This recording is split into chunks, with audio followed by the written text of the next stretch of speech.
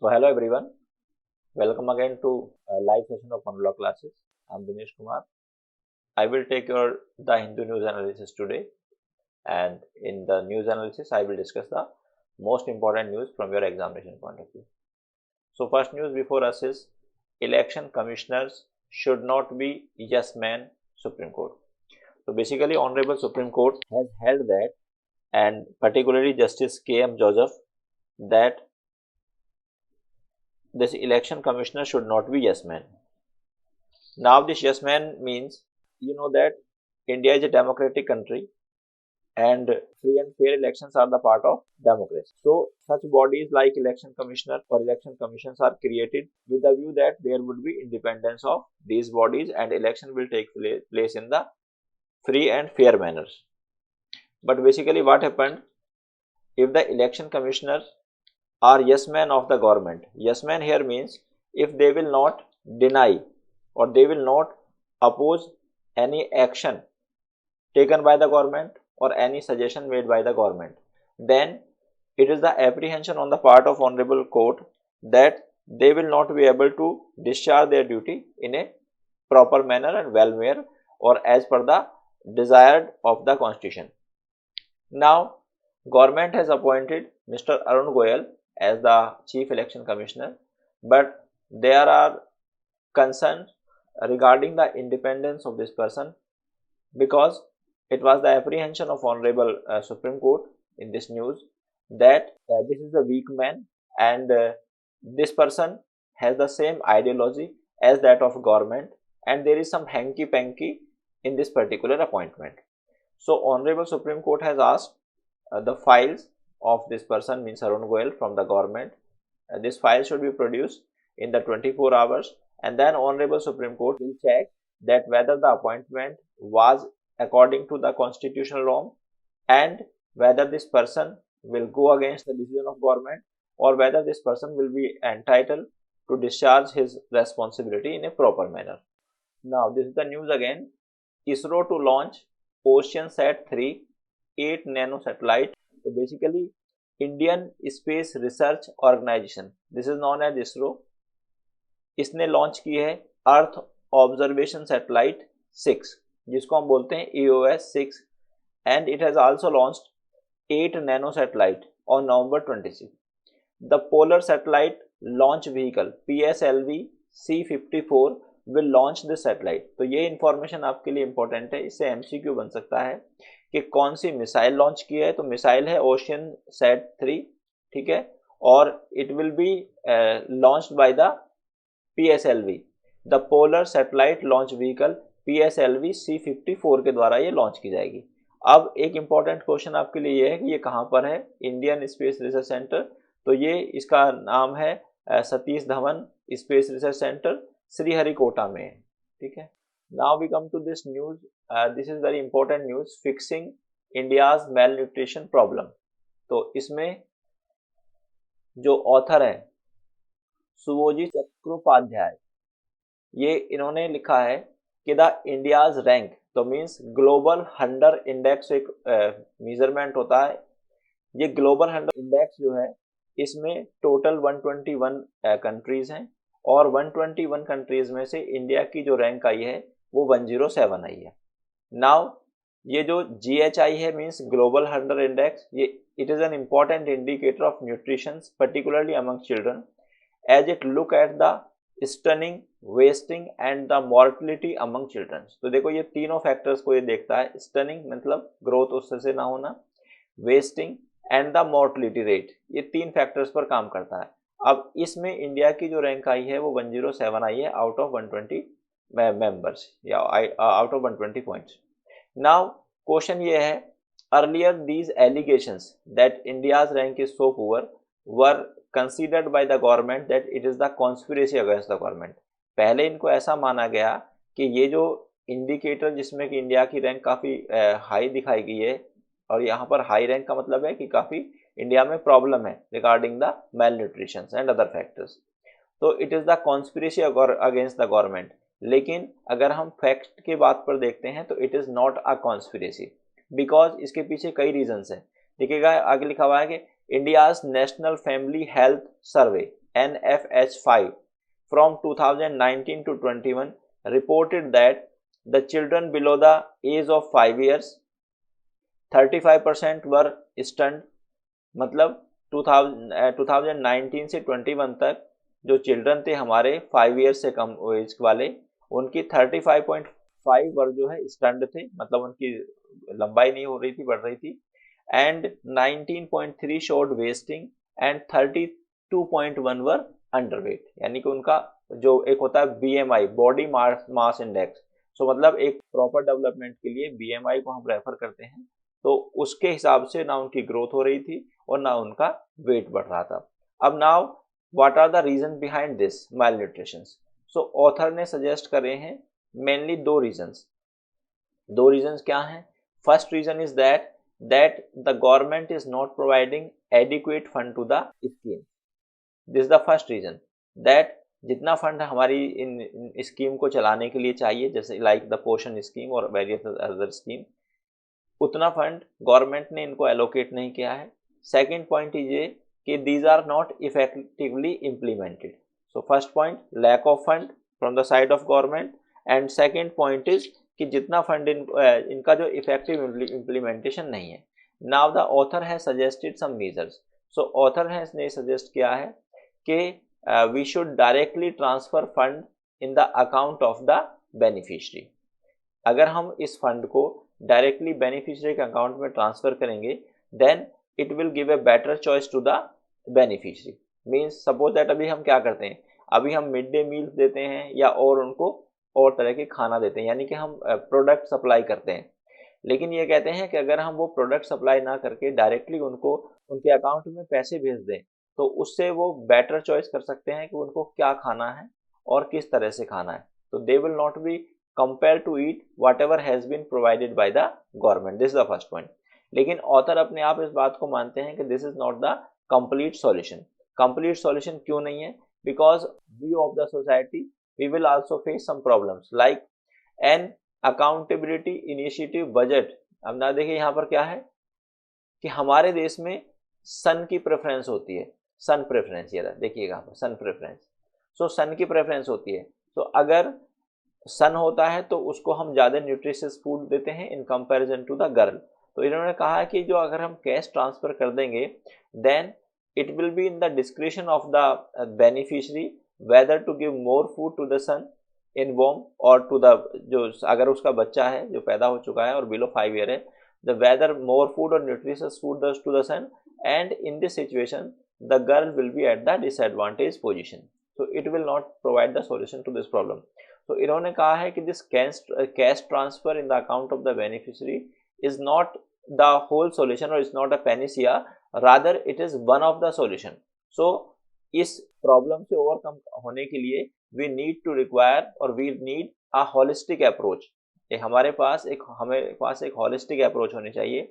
और holistic approach क्या है कि हम फंड भी ट्रांसफर करें, उन पर एक तरह की मॉनिटरिंग करें कि क्या वो फंड उसी प्रकार के लिए यूज हो रहा है, ठीक है, और जो गर्ल और सन के बीच में होना डिस्क्रिमिनेशन है, it should be avoided. Now we come to India is losing its cherished right to know. This is again very important editorial and it relates to the right to information. So basically, as I discussed with you in my previous lectures, that right to know is an implied fundamental right under Article 19(1)(a) of the Constitution of India, and this view was held by the Honorable Supreme Court in the case of Information Broadcasting Ministry versus Cricket Association of West Bengal. अब यहाँ पर concern है that on the basis of this decision we enacted or our parliament enacted Right to Information Act in 2005.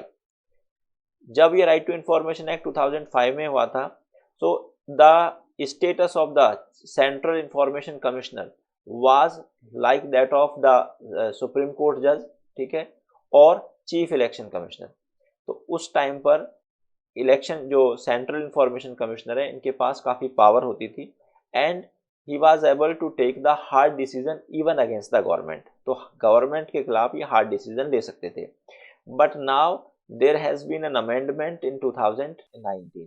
RTI में एक amendment हुआ है 2019 में, और earlier the tenure of this person means the central information commissioner was fix. 5 साल होता था, 5 साल से पहले इसको गवर्नमेंट भी नहीं हटा सकती थी। लेकिन now the concern is that after the amendment इसका टेन्योर फिक्स नहीं है और इनको कभी भी हटाया जा सकता है। तो ये जो इनको कभी भी हटाया जाना, it gives fear in the mind of the Central Information Commission and Commissioner, and he is not able to discharge his function in a proper manner, क्योंकि अगर उस तरह का फियर उसके माइंड में होगा तो ये अपने फंक्शंस को प्रॉपरली डिस्चार्ज नहीं कर पाएंगे। सेकंड पॉइंट क्या होता था कि earlier when we used to file RTI, जब हम आरटीआई फाइल करते थे तो सेंट्रल इंफॉर्मेशन कमिश्नर कोई भी डिसीजन देने में बिल्कुल भी कोई प्रॉब्लम नहीं मानते थे। लेकिन now what is happening, when we seek for any RTI information, then for example during the COVID हमारे फोन टैपिंग का इशू आया था, ठीक है। अब when this order was given by the Ministry of Home Affairs, देखिए कुछ लोगों के फोन टैप किए जाएं, तो जब हम किसी का फोन टैप करते हैं then it's a violation of Article 19 and Article 21 as well। लेकिन अब यहाँ पर क्या है कि when somebody wants to know about the phone tapping files from the concerned ministry, then the Central Information Commissioner has sent that matter to the concerned ministry, और ministry से पूछा है कि whether this information should be allowed to be disclosed or not. Now this is against the spirit of this particular act. अब यहाँ पर हम information सीख करना चाहते हैं मिनिस्ट्री ऑफ होम अफेयर के अगेंस्ट। अब अगर मिनिस्ट्री ऑफ होम अफेयर से ही पहले पूछा जाएगा कि whether this information should be disclosed और नॉट, तो मिनिस्ट्री ऑफ होम अफेयर कभी भी ऐसा कोई रिप्लाई नहीं करेगी जो कि उसके अगेंस्ट हो। तो यहाँ पर दिस टेंडेंसी जो अभी चल रही है आरटीआई एक्ट में, this is against the spirit of the transparency and this is against the spirit of the independent institution. Secondly, there is a principle, one of the principle of natural justice, and it says that no one can be judge in his own case. तो कोई भी person अपने case में जज नहीं हो सकता। लेकिन अगर कोई भी फाइल या कोई भी डिसीजन किसी कंसर्न मिनिस्ट्री के अगेंस्ट लेना है और वो डिसीजन उस मिनिस्ट्री से पूछ कर लिया जाएगा, then it would also violate this principle of natural justice. So author का कंसर्न ये है कि अगर हमने इस टाइम इस जो इसकी पावर को डिटोरियोरेट किया जा रहा है उस पावर को नहीं रोका, then India will lose is one of the cherished right to know. तो हम अपने इस राइट को खो देंगे। तो अभी बेसिकली प्रैक्टिकल पोजीशन क्या है, we are having right to information act 2005, लेकिन it has become so weak, मतलब इसकी जो एप्लीकेबिलिटी है वो काफी कम हो गई है। And the main purpose of this act was that we should bring action against the government. Second बात क्या है कि जनरल रूल ये है कि अगर सेक्शन 20 कहता है कि when we seek information from any authority and if the authority does not give the desirable answer और good answer within the specified time of 30 days, then the fine can be imposed. लेकिन अभी क्या हो रहा है कि authorities are not having any fear of the information commissioner, rather they are violating this provision. This is the section 20 of the RTI act. ये जो news है, trade talk with India not conditional on illegal migrant, तो यहाँ पर क्या हुआ है, earlier there was ये issue when mister Modi and Johnson, अभी तो ऋषि सुनक हैं, वो पहले की बात है कि उन्होंने कहा कि हम we will have a talk with India on this condition that if India will take its illegal migrant. तो इंडिया में सबसे ज़्यादा लोग ऐसे हैं यूके में जो इंडिया से गए हुए हैं जो कि इलीगल माइग्रेंट्स हैं, मीन्स लोग यहाँ से जाते हैं लेकिन यहाँ से जाने के बाद फिर वो वापस नहीं लौटते। तो दिस वाज द इशू कि हम आपके साथ कोई भी बायलैटरल टॉक जब करेंगे या ट्रेड टॉक जब करेंगे जब आप अपने इलीगल माइग्रेंट्स को वापस लेंगे। लेकिन अभी इसका क्लैरिफिकेशन दिया है सेक्रेटरी ने कि it is not the so. तो this is not so important from your examination point of view. Now this is South China Sea of code of conduct should align with the international law. तो basically यहाँ पर क्या हुआ है बच्चों, there is a topic of international law and this is topic is known as the law of sea. So this may be important from your examination point of view because examiner asked from the international law. In the last examination, examiner has also asked one passage from international law. So this is the law of sea. तो basically जो South China Sea है उसका जो code of conduct है ये international law के reference में होना चाहिए। इसमें केवल इतनी बात कही है। And now what are the rules of international law? So as I discussed with you, the jurisdiction of IPC, that is the 12 nautical miles, the continental shelf, then 12 nautical miles, this contiguous zone, then 176 exclusive economic zone. So that topic related to the law of sea. तो जो मैंने आपको बताया, this is the fine, and you may also read law of sea topic a little bit detail. Now we come to this news. Are El Nino and La Nino weather pattern changing? So this is very very very important from your this GS point of view. ये GS point of view से बहुत ज़्यादा important है और law के point of view से important नहीं है. अब देखिए क्या है, देर आर टू करंट्स, एक होता है अल नीनो, एक होता है ला लीना. तो ये दोनों अपोजिट करंट्स होते हैं, ज्योग्राफी सब्जेक्ट में ये पाए जाते हैं. सो जो अल नीनो करंट है ये है वार्म करंट. तो करंट दो प्रकार के होते हैं, एक वार्म करंट और एक होता है कोल्ड करंट. तो अल नीनो है वार्म करंट और ला लीना है हमारा कोल्ड करंट. अब इन दोनों करंट की वजह से हमारा जो वेदर का पैटर्न है वो डिस्टर्ब हो रहा है, जैसा कि न्यूज में दिया हुआ है. अब वेदर का पैटर्न कैसे डिस्टर्ब हो रहा है? तो जो अल नीनो है, अब देखिएगा यहाँ देखेंगे हम, El Nino is the warming of sea water in the centre east equatorial Pacific that occurs every 5 year. तो अल नीनो जो आता है वो हर 5 साल में आता है और central east equatorial Pacific ocean में आते हैं ये, ठीक है. अब during El Nino surface temperature in the equatorial Pacific rise and trade wind. तो जब ये अल नीनो आता है तो वहां पर सरफेस का जो टेम्परेचर है, सी की सरफेस का टेम्परेचर वो काफी बढ़ जाता है, जिसकी वजह से trade winds east west wind that blow near the equator. तो जो ट्रेड विंड या ईस्ट वेस्ट विंड जो है वो कई प्रकार की होती है, ज्योग्राफी में आप लोग पढ़ लेना, वो इक्वेटर की तरफ जाती हैं. The weaken normally and easterly trade winds blow from the American towards Asia. Due to the Nino, they falter and change its direction to turn into westerly. तो यहाँ पर जो विंड का एक नॉर्मल पैटर्न होता है वो नॉर्मल पैटर्न फॉलो नहीं होता, और जिसकी वजह से क्या होता है कि जो हमारा सी के सरफेस का वाटर है, वो सी की सरफेस का वाटर जो कि न्यूट्रिशनल वाटर होता है वो अपोजिट डायरेक्शन में बहने लगता है, जिसका कॉन्सिक्वेंसेस क्या होता है कि जो सी में रहने वाले हमारे जीव जंतु हैं या पेड़ पौधे हैं उनको प्रॉपर न्यूट्रिशन नहीं मिल पाता, जिसकी वजह से अगर पेड़ की इसमें सी की सतह पर ही हमारे जो ऑर्गेनिज्म है वो नहीं पाए जाएंगे due to the lack of nutritious water and nutritious food, तो जो उनको खाने वाले बड़े जीव हैं वो भी उनको भी खाना नहीं मिल पाएगा, जिसकी वजह से क्या होता है, देखिए यहाँ पे लिखा हुआ है, it also brings drought to Indonesia and Australia. तो ला लीना से क्या होता है, जब ला लीना से इसका पैटर्न बदलता है विंड्स का, तो इससे ड्रॉट आती है इंडोनेशिया और ऑस्ट्रेलिया में, ठीक है. और ये इस पर कहां पर है, El Nino causes dry warm winter in northern USA Canada and increase the risk of flooding in the USA gulf coast. तो इंडोनेशिया में और ऑस्ट्रेलिया में तो ड्रॉट आ जाती है और यूएसए में और कनाडा में फ्लड का खतरा बना देती है. सिमिलरली अब ऐसा खतरा क्यों होता है, क्योंकि विंड जो गर्म विंड है उनका पैटर्न बदल जाता है. सेकेंडली क्या है हमारा ला लीनो, क्या है, इसका अपोजिट होता है, ये ड्राई कर देता है वेदर को, जिससे क्या होता है कि अब इसका अपोजिट इफेक्ट क्या होता है, अपोजिट इफेक्ट ये होता है कि जहां पर इंडोनेशिया में और ऑस्ट्रेलिया में ड्रॉट आ जाती है ला लीना की वजह से, वहीं अल नीनो या इसकी वजह से अपोजिट पैटर्न की वजह से वहां पर फ्लड का खतरा हो जाता है. तो देखिएगा कोई भी चीज भले ही फ्लड हो या ड्रॉट हो, दोनों ही एक्सट्रीम पोजीशन में होती हैं, ठीक है, और एक्सट्रीम सिचुएशन है.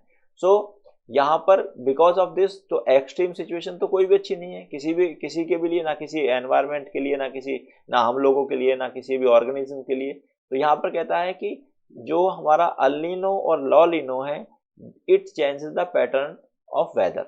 तो इसलिए ऑथर ने कहा है कि इन दोनों की वजह से जो हमारा वेदर है उसका पैटर्न चेंज होता है. Saudi Arabia shock the world by defeating Argentina at ongoing FIFA. तो सऊदी अरेबिया ने अर्जेंटीना को डिफीट कर दिया है फीफा वर्ल्ड कप में, कतर में जो हुआ था, ठीक है. So that's all for today.